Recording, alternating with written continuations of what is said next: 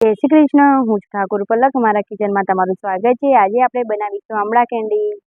આપણે 1.5 કિલો આંબળા લીધા છે ને એ જ પ્રમાણે આપણે ખાંડ બી લેવાની છે। આપણે ખાંડને દળી લીધી છે। આપણે સ્ટીમ કુકરની અંદર આપણે સ્ટીમ કરી લઈશું આંબળાને।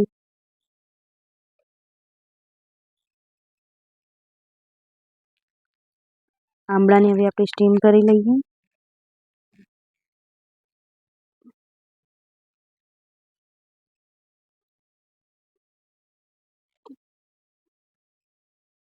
જો આપણા આંબળા થઈ ગયા છે।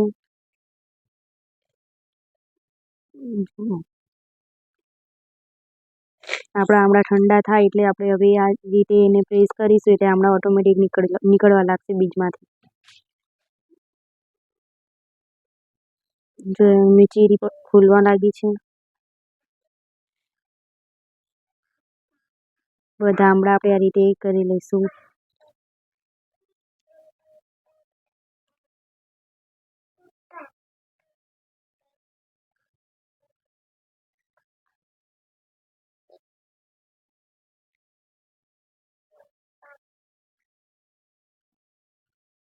બધા આંબળાને આપણે આ રીતે નીકાળી લીધું છે બીજમાંથી।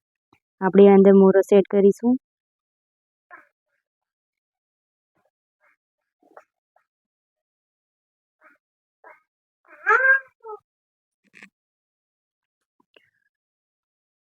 હવે આપણે બધું મિક્સ કરી લેવાનું છે અંદર।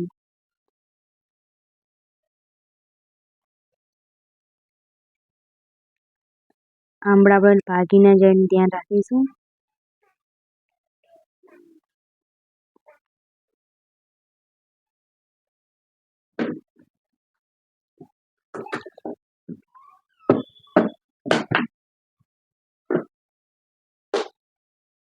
આપણે આંબળાને 2 દિવસ માટે આવી રીતે ચાસણીમાં જ રાખવાના છે।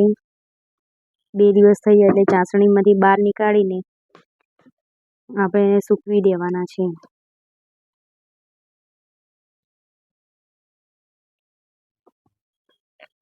આપણે ચાસણી છે આપણે આંબળાને 3 દિવસ માટે કે 2 દિવસ માટે આપણે તડકામાં સૂકવીશું।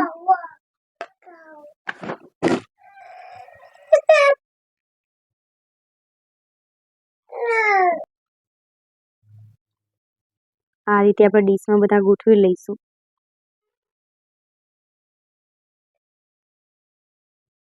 જો આપણે 3 દિવસ સૂકવ્યા હતા, સુકાઈ ગયા છે આંબળા। આપણે હવે થોડું મોરસ દળેલી એડ કરી લઈશું એટલે સરસ લાગે।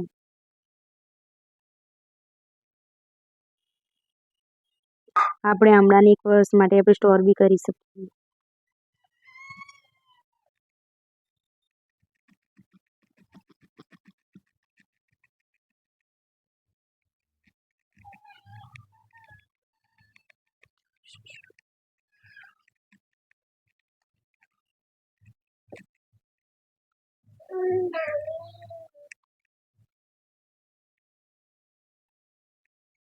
આપણી આંબળા કેન્ડી રેડી છે।